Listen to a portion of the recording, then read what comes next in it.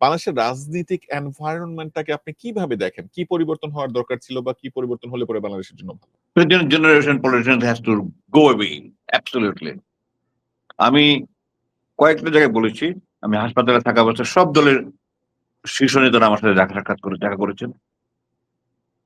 সবাই আমাকে বলেছেন, দেশে এই মুহূর্তে আপনার মতো একজন ব্যক্তি রাজনীতিতে আসা দরকার।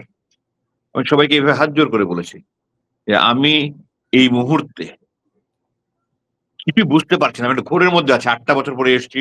জি। দুনিয়া অনেক পাল্টে গেছে। দেশে একটা বিপ্লব হয়ে গেছে। হুম, হুম, হুম। গণ অভ্যুত্থান হয়ে গেছে। আমি রাজনীতিতে আসবো কি আসবো না আমি এখনো বুঝতে পারছি না। সিদ্ধান্ত হুম, নিতে পারছি না। হুম, হুম, তো আপনাদের কাছে আমার একটা অনুরোধ। এই যে বিপ্লবটা হলো, হুম, হুম, এটা মূলত ভারত বিরোধী একটা বিস্ফোরণ ছিল। হুম, হুম, আমাদের অস্তিত্ব টিকিয়ে রাখতে হলে জাতীয়তাবাদী শক্তির ঐক্য ছাড়া কোনো বিকল্প নাই।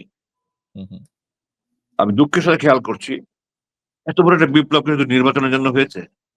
একটা 15 বছর যে দেশটাকে ধ্বংস করেছে, 16 বছর যে দেশটা ধ্বংস করেছে, এটাকে একটা ফাংশনাল লেভেলে আনতে 16 বছর তো ওখানে 32 মাসে যথেষ্ট নয়। হুম, হুম।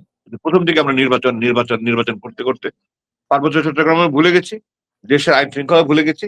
আমরা খালি ক্ষমতার দ্বন্দ্বে আমরা এখন লিপ্ত আছি। আমি আই এম ভেরি সরি। আমাদের হুম। পলিটিশিয়ানরা দেশপ্রেম আমার কাছে প্রশ্নবিদ্ধ।